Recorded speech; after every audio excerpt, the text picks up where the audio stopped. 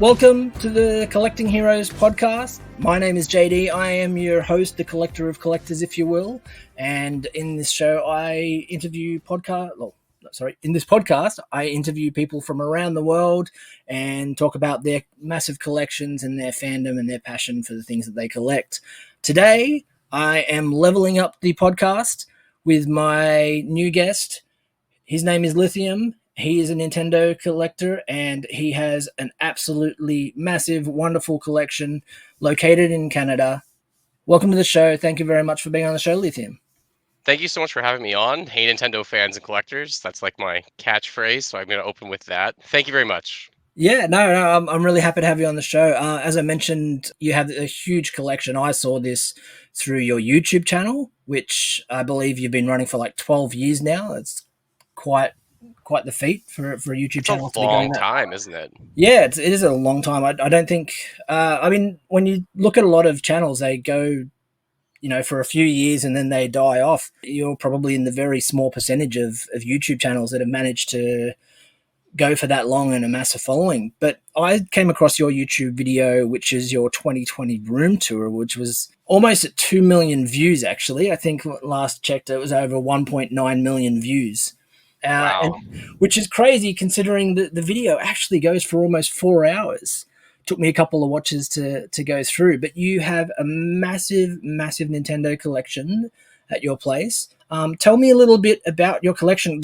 Describe it just briefly for people listening to the podcast so they can get a bit of a sense of how large the space that you have is.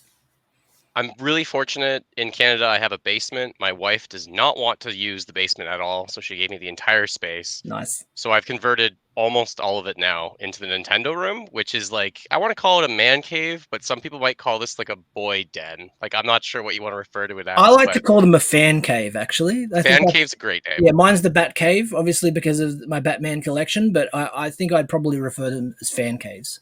That's a better name for sure. So Yeah. it's basically everything but only Nintendo related for the most part. But it's not just games.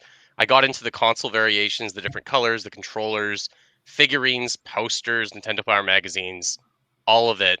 Basically, I started collecting 15 years ago, 12 years ago, something like that. Like you said, when the channel started, I really got into it.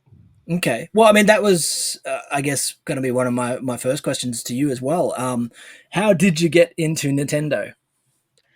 Essentially, I grew up with Sega Genesis, and my friends had Nintendo. We couldn't afford both consoles, but my cousins had Nintendo, and I'd go to their house, and it was a fantastic time playing like N64 in 1996. Yeah. And then my best friend had the Super Nintendo and the original NES, so every time I went over there, I wanted to play Mario, because Mhm. whenever he came to my house, we played Sonic. And then I saved up birthday money, and in 1998, I finally bought an N64, kept most of the games from my childhood, and then really it picked off with collecting when I went to university. There was a man selling games at like the community center, and he has Super Nintendo. So I eventually got a Super Nintendo and I started buying games that I missed out on in my childhood, and then it just Nice. kind of went from there.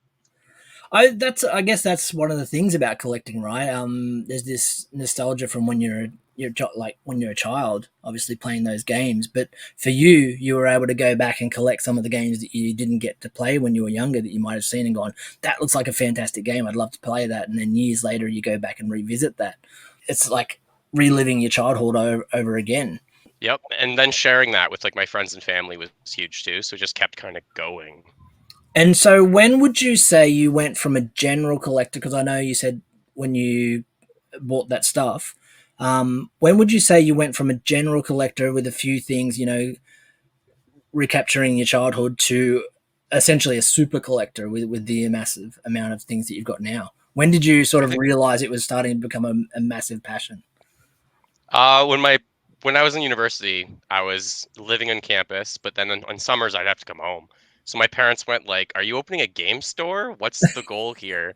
Especially, 12 years ago, deals were really common. I could find deals pretty frequently online or on Kijiji or at garage sales. Okay. So eventually, when I had, a few shelves worth, I wanted to share what I had on YouTube because I saw other people's collections. Yeah.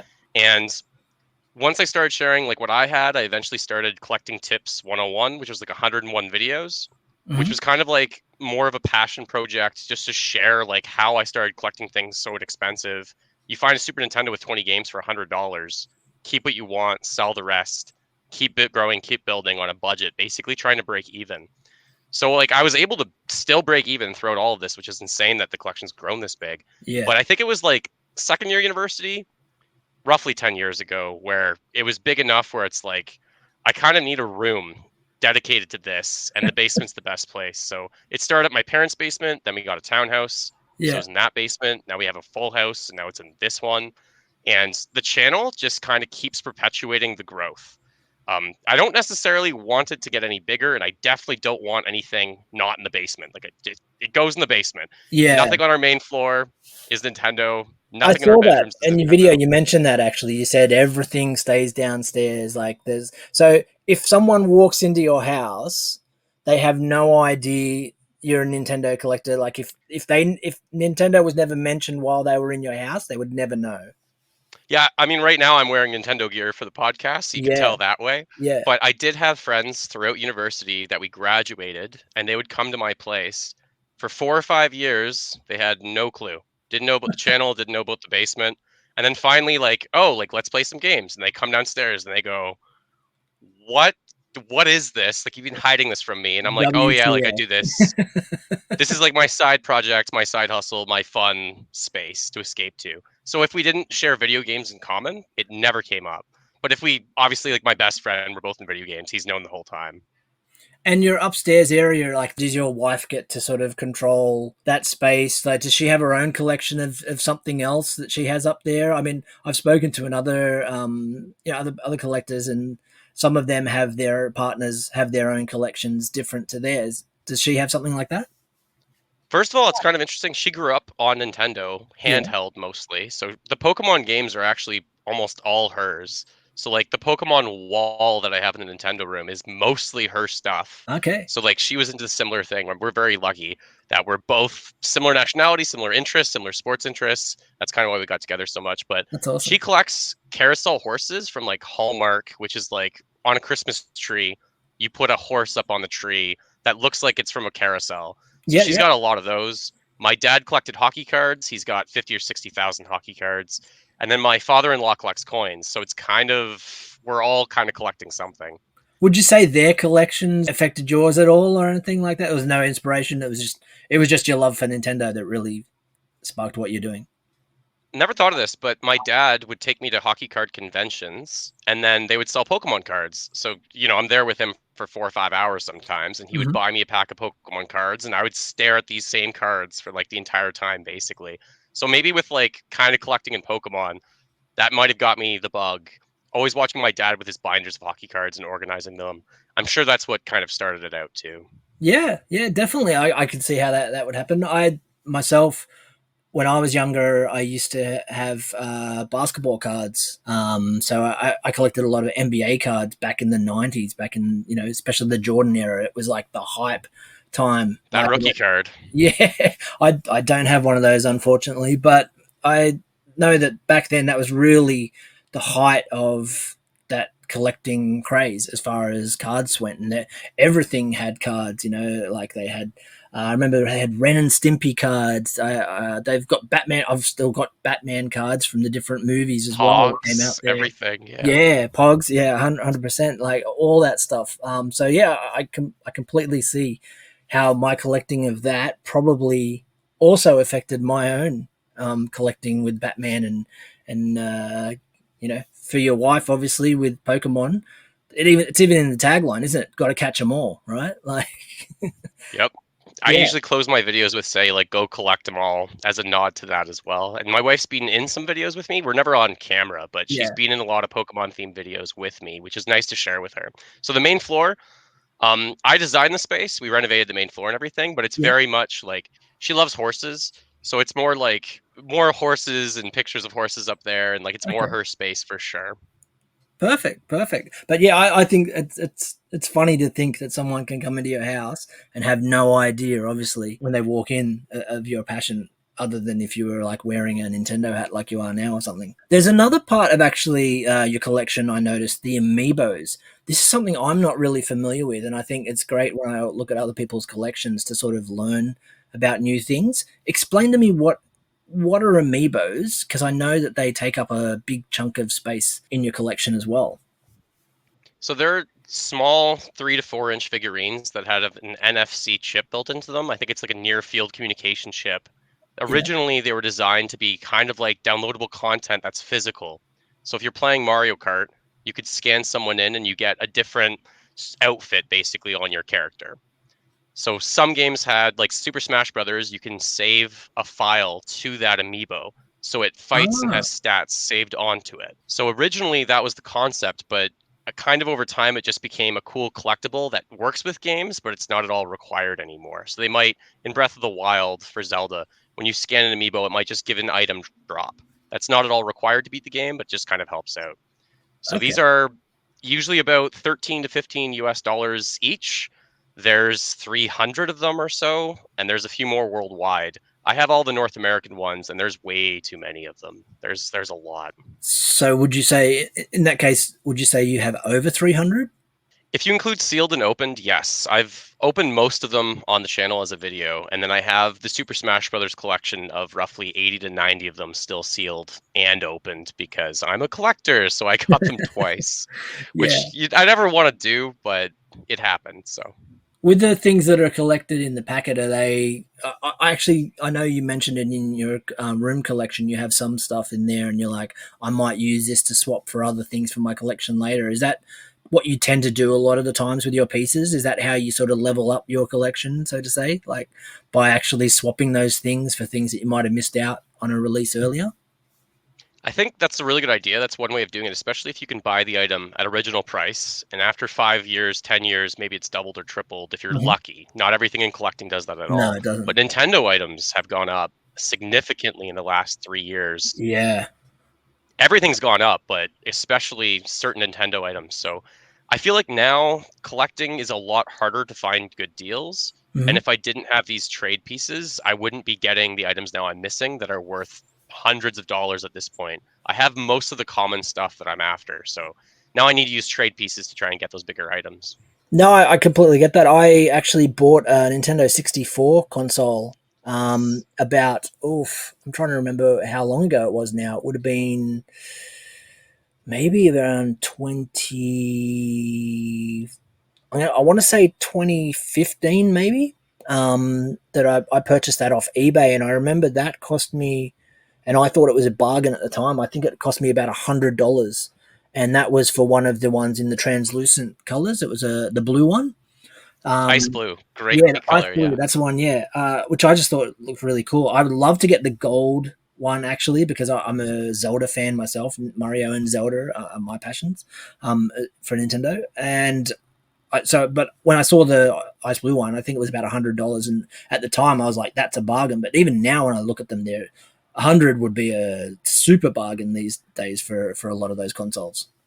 That'd be a great deal. Canadian dollars and Canadian, US, Australian are all kind of similar ballpark for Yeah, dollar, but yeah, now I think that would be double. It would at least be 200 for those. But yeah, the fantastic see-through series of 6 consoles came out in North America, but Australia only got 4 of them, I'm pretty sure. So yeah. I think there was only 4 of them. 2 of them didn't come out in Australia for whatever reason, but Ice Blue is great, great, cool, translucent 90s color. Yeah, yeah. So I actually would love to set up my own little gaming area one day in my room. I'm just trying to sort of reorganize my space eventually. I'm actually already starting to think how I'm going to reorganize everything that you see in the background and other walls that you can't see off camera. And then Running out hopefully, of space, yeah, always an issue. exactly. Space is the enemy of collectors. I've said that before. And I'm actually thinking, because I've got a built in wardrobe, of actually using the built in as a little gaming nook inside there where I can open it up, have the TV and the consoles inside there. So it'd be almost hidden, which you actually had part of your collection room was hidden at one point. I know I've seen recent videos you've expanded that, but you used to have like a secret door that went into a whole other wall. Tell me about that. It just worked out. There was a storage room behind the Nintendo room that was unfinished space, but I just lined it in cabinets, so shelving basically. And then there was the bifold doors, the closet doors. So I just wanted to get rid of those and use that space to kind of have more storage in Hmm. the Nintendo room. And then once that happened, I was like, I think I can probably put hinges on this. And I found the Zelda effect tone sound effect that mounts, and when I guess the magnets are broken from one another, then you hear a sound effect of like the secret in Zelda when you unlock something. So once I had that in mind, I knew I had to finish the project. Recently, though, I finished that space behind the Nintendo room, so now it's part of the Nintendo room, Yeah, and it's more of the handheld section, Pokemon section. But I do still have a secret door into our furnace room. The yeah. sound effect isn't set up on it. It's not as exciting opening it up to a furnace room because there's no like Nintendo items behind it. So I think I'll keep the secret door, but I might put the sound effect on something else. I'm not sure, like a fridge I or was thinking a maybe, bathroom. like, if it's a furnace room, maybe you could do it for the dun-dun-dun-dun-dun, like the dungeon theme from Mario Brothers. I think like Bowser's Castle, like that Yeah, that would be cool probably too. you could do that maybe. I that was one of my favorite things when I watched your video, actually seeing that sound effect. Because as I said, Zelda is one of the things that I love in Nintendo. Speaking about that, let's talk about your favorite game. What is your favorite game on Nintendo? There's always so many to choose from. My personal nostalgic filled favorite would be Paper Mario on the N64. I love the Paper Mario series. Recently, I'm more disappointed with it, but I think the game on the N64 was my favorite. It's not the best in the series. The Thousand Year Door on the GameCube is probably the best in the series. So Okay. I usually say that one. Ocarina of Time and Breath of the Wild are way up there for me as well. And then I'd probably say Super Mario Galaxy, Galaxy 2 are fantastic. Mario 64 as well. I know I'm saying Mario and Zelda the whole time, but really, like, those influenced me the most. So I think those are my favorite. What about yourself? Do you have a favorite video game? Well, I mean, I would say probably my favorite video game of all time would have to be Super Mario Brothers, and probably that 64 version. Like, even though I love, because I grew up as a kid in the 80s, I remember getting the original NES system, and it came with the Mario Brothers and Duck Hunt. The amount of hours I played on Mario Brothers, like, I could still probably complete it. Might take me a couple goes, but I probably still do it and know half the warps as well off the top of my head because I've done it so many times. Um, but yeah, the 64, I just remember playing that. One of my other favorite games outside of, like I said, Zelda and Mario Brothers on the 64 that I spent many, many hours on was Banjo Kazooie. Actually, I absolutely loved that game. That was probably my one of my next favorites. I did have for a while in the late 90s after that came out. I from one of the game stores, I got the big cardboard cutout, the standee of Banjo Kazooie, and I had that in my bedroom for a while. Like when I That had you're it, so lucky. yeah, Such a good game. a little bachelor pad, like that I had when I was first out of home. And that was in the Collectors room. would be all over that right now. Banjo's huge again with being Yeah. in Smash Brothers. The release, I was actually playing Banjo Kazooie earlier today because it Oh, came cool. out on the Nintendo Switch Online, on the Nintendo 64, like on the Nintendo Switch. So you can play it and you can save a lot easier and like go back to your save state file kind of. And it's a blast. That's one of the best collectathon games ever.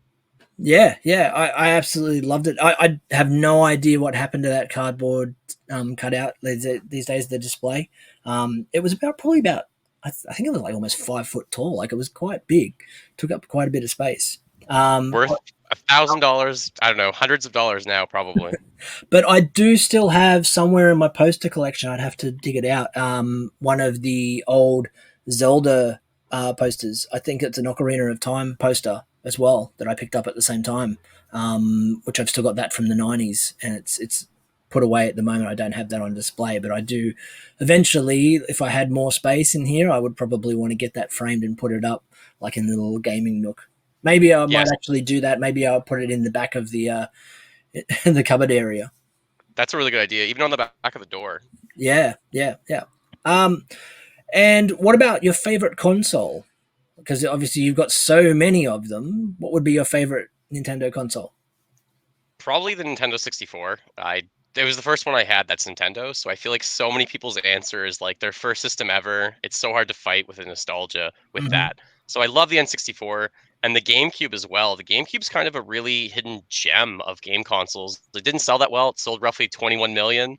I guess the N64 sold like 33 million, and the Super Nintendo sold like 50. The NES was like 60. So Nintendo's Yeah. like sales went down by 10 million almost every time. The GameCube was a bit of a flop for them when it came out, Yeah, wasn't it?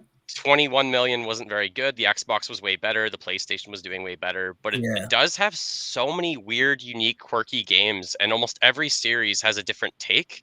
So Zelda is Wind Waker, cel shaded, very friendly to younger players as well. Mm. Very emotive and a great game. I love Wind Waker.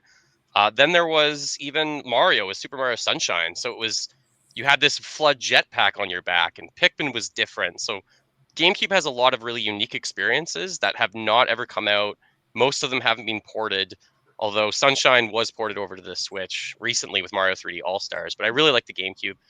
Wii was great. Wii U was more of a flop, but the Switch right now, it's hard to argue with the Switch being probably Nintendo's best system. It does so much so well on the go and at home with friends on your own.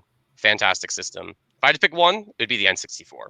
Yeah, yeah, I would probably pick the N64 myself as well. Like I said, even though I had the original NES console from back in the day, the 64 just felt like so much time spent on that. You know, through my late teens into my early 20s, playing all the various games on there. Mario Kart was probably one of my favorites on there as well. But just so many great games. I could just list them for hours, I'm sure, like with you. Talking I think about that the games, how many games do you have in your video? You mentioned about 800. Is that has that expanded since? I mean, because that was 2020 that video was done. So how's the game collection going for for all of the game cartridges now? so. It's stalled a bit because most of the collecting now, games are so expensive if you want to get older games. So a Hmm. lot of it's Switch games, newer stuff. I do have some sealed stuff that I can find them for a good price. I'm picking those up just kind of as investments and as trading pieces. But I think probably about 850 of unique games, and then there's probably about another 150 doubles or sealed games that I have just because right now because I haven't been selling. With what's going on in the world, I don't want to really go Hmm. to game swaps quite yet. I think that's going to open up really soon where I am. So I've been kind of collecting, and not getting rid of, not trading very much. So probably about 1,000 right now, with Okay. 850 being unique. But there's a lot of collections with way more games. I just don't collect any of the filler games. So like, I hate to say it, but all the sports games that come out every year, I don't really Yeah, have any of those. Any of the games I don't want to play, I normally don't collect. I only you don't collect the have the games that old are, golf games and things like that. yeah, not really. Just the ones that are expensive, rare, or I really want to play them. That's kind of what I was appealed to with About collecting. like Mike Tyson's Punch Out. That's like one of those I ones, do isn't have it? that. Yeah. Yeah, I do have that. Yep. The NES for me was a little bit before my time, so I think I only have like 60 or 70 NES games. I focus more on Super Nintendo and then after that, but the Actually, NES is almost too early for me. that completely just saying that even just brought back a memory for me when I was a kid in high school, like the very early high school. I remember going to there was a it was like a retailer called Bingley here in Australia that does like white goods and TVs and things like that. And they used to have a TV set up with an NES, and they had Mike Tyson's Punch Out. And we would go after school and sit there for a couple of hours just playing that game for hours. I just completely, I'd almost forgotten about that. I just, when I said it, just brought back that memory. And that's the great things about like these collections is the memories they bring back, like I say, from our childhoods. Um, when you're talking about like, you know, going, collecting obviously online, thanks eBay and all those places, they're great. You can actually go and find a lot of the things you want. Where would you say is your favorite place to find pieces for the collection? Where do you like to really go and is it like a garage sales? Is it the GameSwap like conventions? What's your favorite place? Definitely in person. In person is so much better than the online experience. I know Hmm. online your reach is bigger. You can find more stuff. I can import stuff if I need to, but there's something about a thrill of finding something in person that you weren't expecting. Yeah. So if I can find a local game store, depending on what city I'm in, I'll try and go to those and visit. Game swaps, when I go with my best friend, blast. Love those times. It's just an event where people rent a table And if they have a lot of stuff, then they sell and trade it, and you can just go. It's like a flea market for video games. So I Yeah, love going to those game conventions, basically something similar to that. I really like those events as much as possible. There's a few used game places that were buy and sell places, not necessarily just video games, yeah, that were fantastic in my hometown, but recently they've kind of dropped off because everyone knows now. Everything for Nintendo or video games or Sega, everyone's kind of aware. Everyone knows the prices because you can yeah. look at those completed sales on the auctions on eBay. So it's really hard to find good deals now. I use Facebook Marketplace. There's a place called Mercari or Kijiji, which is a website for searching for classified I've ads heard of locally. that. I haven't used it, but I've heard about it before. I think Mercari is more in the States. Kijiji's more in Canada. So I use those every day. I just do a quick search, search Nintendo, see if something's local, see if I can pick something up. So that's where I find most of the things. I will buy from eBay, but I don't enjoy it. It's just you Yeah. click a button, it shows up. It's not that same experience. Yeah, that's What about true. you? That's true. For me, I mean, I love obviously going in store and seeing things in person. I do love conventions. We've got in Australia, we've got a convention called Supernova, which is a fun place to go, and it's like a little mini Comic Con here. And you can just go there and geek out with people, and they've got heaps of stalls. It can be a little overwhelming sometimes, being in huge crowds, obviously, of people, especially in today's conditions. But hopefully, we'll go back to that. I did have tickets to actually go to San Diego Comic Con for the first time in 2020, but unfortunately, that trip got Bad planned. timing. Yeah, bad timing. But I do eventually want to go there and hopefully get to because I always try and come out of those things with something, whether it be a couple of new comic books or whether it be like a new pop vinyl or whatever. Sometimes I go in, I only spend $20. Sometimes I go in, I spend $200. Like you never really know until you're there. But I love that thrill of the hunt. You did say you have 100. You did 101 videos. Was it like a 101 series? Yep. Collecting. Do you have any tips for people who are thinking about starting a game collection? I think watching that series would help. It's a little Yeah, outdated. It ended in 2014 because I started it so many years ago. But that's yeah, a it's good new one. 101 videos. Now some of the tips are definitely outdated, but I think predominantly now you need to make sure that you're comfortable with the budget, that you're not overreaching. I think too many people maybe look at my collection or someone else's collection and they want to like instantly have something similar to it. You're going to break the bank. So doing it slowly, have a process, probably have a wanted list so you're a bit more focused. Hmm. When I started collecting, I was into Sega, PlayStation, Nintendo, Atari, everything for a few months.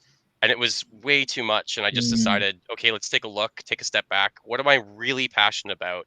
What do I really want to collect and focus on one thing at a time? Mm-hmm. So I decided to focus on home consoles mostly for Nintendo and their games. So handheld, I've only just started to get into collecting handhelds for Nintendo. So I think having a budget, having a purpose and a focus would help a lot. And then try to see if you can find other people that share the passion because going to a game swap with a friend is just to me such a blast. Doing it alone, not as fun. Yeah, no, definitely. It's great. That's one of the reasons I do this podcast, right? Is so that we can all share in the fandom of these things together, and share in these passions. And I think it is definitely a lot more fun when you have friends you can do that with or a community that you can do that with. So I won't keep you much longer. I did actually I'd taken some notes here, and one of the things I wanted to mention on here, I don't know if you've seen this.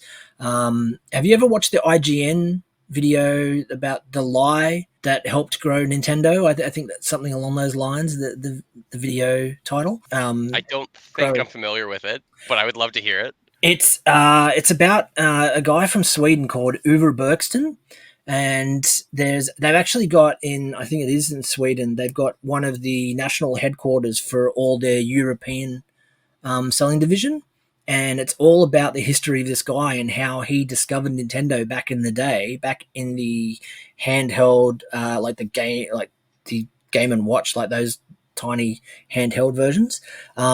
When he came across them, and he literally was just. I don't want to go into too much details because you should go and watch it. It's interesting, but essentially, he had a little tiny electronics store and he went to Japan and essentially sold himself as someone who could be the sole distributor for Nintendo games. Even though literally he just had this tiny little retail store, And they believed him and said, "Yep, we'll give you the distribution rights for Sweden and all the Nordic regions." And then he grew that and eventually into the European regions and became this massive distributor. And he essentially helped to grow Nintendo outside of Japan. So yeah, it's a really awesome story. It's IGN who did the video. So search it up. It's something about the lie. I'll link it when I release this. I'll link the video. I'll send you the link as well so you can watch it. That'd Um, be great. but it's a really cool video and really interesting one that I recommend people go and watch if they're interested in the history of Nintendo. I'm always shocked that there's so many of those things from the past that's not documented very well because Yeah, before the internet, like a guy could just do that. He could say like I'm a major distributor yeah, and there's no way to argue with him at that time. But yep, so that's just after because I know Nintendo started with cards and games and this grabbing toy. They weren't into video games, but yeah. so it started with the Game and Watch. That's really interesting. It's funny that you say that because the next part of this podcast is one that I've done with a couple of other collectors. I've been trying to do like a little bit of a fun pop quiz, test their knowledge. I mean, in most cases, you're going to know a lot of this information a lot more than I do. I had to do a little bit of research to find some of this as well. But I thought it'd be a fun way, just like 5 questions, pop quiz challenge for you. So let's go into that. You don't mind? You don't mind? Oh no, not at all. Sounds great. All Yeah, right. sounds fun. Let's do it. Excellent, excellent, excellent. All right, first one, and you kind of already touched on this, so I definitely think you're going to know the answer to this. So, question number one: Nintendo was founded in the 1800s. I think it was 1889, actually. What did they first sell? No, I really think it was playing cards, but I'm not exactly positive. I Yes, they don't did. know if that was the first thing they sold. They might have sold something before that. I don't know how well I have that documented either, but playing cards, and then they got into some other games and some. They didn't get into electronics until almost 100 years after their like initial inception. Yeah. Um, yeah, what else did they sell in the 1800s? I'm not exactly sure. Well, playing cards was what I got from the information when I was searching it. Yeah, but that's what I'd heard of playing cards as well. I thought it was really interesting that they started with something as basic as that, but they are such a long-standing company. They're not someone who just came out in the 80s. They have this whole thing where they started from the most basic games. Yeah, it's insane how a lot of people just associate Nintendo obviously with video games because that's their culture and that's what they are today. Yep. But as soon as they start some other ideas or concepts, now they have a relationship with Lego. They just kind of remind people like we're in the entertainment industry. We're not exclusive to video games. So if they eventually take more steps like outside of gaming, they have the Nintendo World opening in Japan and I think in North America that's happening too. I want to So go to that one in Universal. Actually, that's really up there on my list. I love going to theme parks, and I've been to Universal in Japan. Actually, went there in 2019, and nice. I'm I, jealous. I'm planning with my girlfriend to go back at some point, and I definitely want to do the Nintendo Land as part of that. I think I'm gonna wait and go to the one when it comes out in North America, but I can't Yeah, wait to see that. yeah. So, question number two: what is the name of the Mario Brothers creators? Shigeru Miyamoto. Yep, Um, I don't think it was Gunpei Yokoi. I don't think starts with a that was T. him. The other one. Oh, Tanabe? Tencent? I'm not exactly sure. That's okay. Embarrassing here, but I know That's all right. Well, Shigeru Miyamoto is the one that most people definitely would be familiar with if they know Nintendo. But the other one listed is Takashi Tezuka. I think Ziku. Okay. I hope I pronounced that correct. I do apologize to Takashi if he's listening, which he probably isn't, so that's okay. And quick bonus points on this: how many copies worldwide have Mario Brothers sold? Wow. Huge question because there's so many remakes, and I'm not sure how they count all those remakes. And also, the original game was usually packaged with the Nintendo Entertainment System, which made its sales go way up higher. Yeah, yeah. Um, Wow, if Take we're a stab in including the like dark. remakes, yeah, if we're including remakes and everything, I would have to imagine it's close to 50 million or up. Um, Nice. You're pretty close, actually. 58 million copies sold is what it's listed at the moment. yeah, I think the NES sold around 62 million, 60 million worldwide, and almost Yeah, everyone had a copy of that game with it. So that makes a lot of sense. that was a pretty good guess. I'll give you a point for that. Number three, the best-selling console. What is the Of all best-selling console? time, Yes. Okay, well, this is worth a whole other podcast and debate because the technical answer is the PlayStation 2 at I'm sorry, 155.0. I meant Nintendo. Nintendo, Yeah, then it's the DS, the handheld system, the DS, which if you're looking at home console, the Switch just passed the Wii. So I think they're both at like 101, 102 million. But handheld consoles, it's the Nintendo DS, which is exactly tied with the PlayStation 2, like 155 million units. What's interesting about that is the Nintendo DS passed the PlayStation 2, and at some point Sony was like, "We found more sales numbers," and then updated it, and then just to have like they still have the best-selling system. They probably did have those numbers, they just didn't release them. So, home console, I think it's the Switch now, considering it's hybrid, and handheld it would be the DS. yeah, no, that's correct. Best selling console. I was thinking of home consoles, and it is the Switch. 103 million sold since its launch in 2017. That's insane. And I expect Nintendo not to be done with this system for a few more years. They're going to have another edition, not just the OLED. It's probably going to eventually get to like 120, 130 million. That's crazy today, considering all the competition and Yeah, PC, yeah, Sony, Xbox, yeah. everything. It's a massive amount of competition out there. Question number 4. You're going very well so far. We're almost there. What year was the first Game Boy released? Oh, I don't want to get this wrong. Game Boy, because I just Game Boy for me wasn't what I grew up with. But let me think. The NES was 85/86. The Super Nintendo was 91. The Game Boy, I think, was just before the Super Nintendo. So if I had to guess, I'd guess like 1990, somewhere right around then. 89 or 90, Game Boy, probably something like that. Ding, ding, ding. It was 89 in Japan, and in 19. It was later that year that they went to the North America, and 1990 when it went through Europe and other countries. So you And were I you were don't right on the money. Nice. I don't think it had that many games at launch. A lot of Nintendo games only have like It's five like or six at Tetris or launch. something, wasn't it? Tetris, yeah, bundle it with Tetris, and Tetris has got to be one of the best-selling games across all platforms of all Yeah, time. I It love that. has to be. I love But I Tetris as well. remember Mario Land 1 on the Game Boy. It's still a Mario game. Have you ever played the Mario games on Game Boy?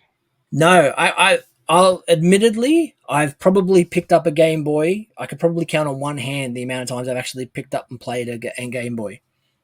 Yeah, giant gray brick. But I have right here. I'm just gonna grab. So Super Mario Land obviously was the first one that came out, and the graphics to it are not very great, I would say. And then Super Mario Land 2 came out, and it is probably one of my favorite handheld games ever. So they both look really similar. I'm just holding them up. I know you can't see them on the podcast, but the graphics in the second one, they made it look a lot more, basically almost like Super Mario World. And I was blown away that on the same system on the Game Boy, the first Mario game to the second Mario game, they look absolutely nothing like each other. It's like Mario 1 to Mario 3 on the NES. Such a huge improvement on the same system when they figured out all the tricks and how to code on it and program. So the Game Boy for me, same thing. I didn't grow Nice. up on it a lot, but really fantastic. You play those on a giant brick on the go. If I was going to get a handheld, I'd love to get like the 3DS, and one that I actually saw in your Zelda wall, which is part of your collection as well. I do recommend people go and watch your videos and actually have a look at that. Is that there's a black and gold 3DS that you have, which I think just is gorgeous, absolutely gorgeous. A I've Link got Between Worlds. yeah, That's what the game is for. I actually saw okay. one of those on Marketplace today for a really good price, and I was like, "Oh, like I already have it." But I messaged my buddy, just being like, "It's in your town. It's such a good deal. Consider getting it." Last question, and I think well, definitely, I think you're 4 of 4 so far. Speaking of Zelda, actually, it's funnily leading into that highest selling Zelda game. Ooh, I should probably know this way faster. How would it not be Breath of the Wild? Because Breath of the Wild's both on the Wii U and the Switch, and when you combine those sales, I feel like it would do really well. The N64 just didn't have enough console units for Ocarina of Mm-hmm. Time to like be the Mm-hmm. number one. Twilight Princess though on the Wii is a compelling answer because it was on the GameCube and the Wii. A lot of people bought Twilight Princess. If I had to guess one, I think I'm going with Breath of the Wild. I think it's new, it's modern. A Ding, lot of ding, people ding. bought it, but Yeah, yeah, yeah, definitely. It is Breath of the Wild. 23 million copies sold. jeez. And just because you clearly have a lot of knowledge, I'll let you know that when I was looking at this list, I'm fairly certain it was Twilight Princess was number 2, and that Ocarina of Time came in at number 3. But it was a big gap between 1 and 3 because I think it was like 23 million for Breath of the Wild, and I believe it was less than 7 million for Ocarina of Time. So like a big, huge gap there.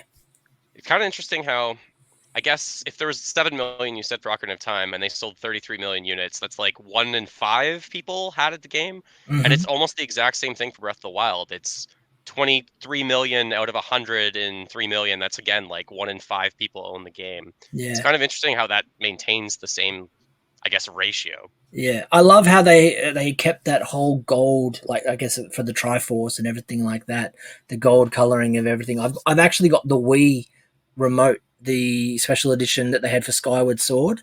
Nintendo, if you're listening, we really need a themed system for Zelda. There's no themed system yet. There's Joy-Cons for the Switch, but Yeah. there's no themed system yet for the Switch, which is crazy to me. There's a Mario one, there's Pokemon ones, there's a lot of Monster Hunter ones, but there's nothing for Zelda other than Joy-Cons, which is kind of weird. Well, if anyone from Nintendo, anyone who knows someone from Nintendo is listening, let them know. I'm sure they probably know that there's probably some Zelda fans out there, and I guess with Breath of the Wild, because it is on Switch, being so popular, I can only imagine it's a matter of time before they bring out a version. Hopefully. I think Breath of the Wild, a lot of the theming was blue, and it didn't really go with the gold. So, but they haven't done a gold system yet for the Switch, which would be really nice with Breath of the Wild 2. Hopefully, maybe this year, later this year at the holidays. Oh, well, cross our fingers and let's hope. Yeah, absolutely. Yeah, I love any sort of theme system. The value goes up way too fast too. If you miss out, you miss out, which is kind of really sad. Yeah, Lithium. Look, you're perfect. 5 of 5. You've passed the test. I'm going to crown you the unofficial but very official Nintendo champion of the Collecting Heroes podcast until the next Nintendo Collector comes on, and then maybe we'll have a little bit of rivalry going on there. But for now, it's definitely you. And I love your collection. It is huge. It is massive, but it is beautiful. It is definitely, you've set it up with your passion. We haven't even spoken about the way you theme your room. Like you've got your tables and everything like that look, you've themed as the joysticks, or the joypads. I mean, we could talk for hours, I'm sure, about this, and maybe eventually I can have you back on the show and we can talk a bit more. But I really enjoyed having you on the show today, and I want to thank you very much for your time. Before we do go, though, do you want to plug your socials to everyone and let them know where they can find you? Sure. On YouTube, just search Nintendo Collecting. Same thing on Instagram and Facebook and Twitter. I think Twitter, it's at Collect Nintendo. I didn't get the actual Nintendo Collecting hashtag or @ on Twitter. Yeah. So it's at Collect Nintendo. Otherwise, Nintendo Collecting is basically everywhere you can find me. It's an image of Mario that's old school and new school. It's kind of a compiled image in half. And really, just thank you so much for having me. Passion with collecting, with anything. I feel like you and I are collectors of different things, and we can still have a lot in common and chat and still have a great time. So 100%. I hate when people get into arguments about like console wars and stuff like that. Like if you're a gamer, you're a friend of mine, you're a collector, we can have conversations. So thank you so much. What's the point in arguing over it at the same time? Like, I mean, if someone loves something, let them love it. Like everyone should be free to have their own, their own passions and the things that they love. Just because, you love Nintendo more, than someone loves PlayStation, or like, so what? Like they can love PlayStation. Like that's fine. Just follow your passions, have fun. Really, if you can share it with a friend or a family member, like that makes it even better. Yeah. So that's our main theme maybe for this podcast. Just follow your passions. If it doesn't hurt anyone, then why not? Exactly. All right. Thank you very much, Lithium. Enjoy the rest of your evening, and wherever you are, listeners as well, enjoy the rest of your day, evening, and have a fantastic day. Thank you. Thank you so much.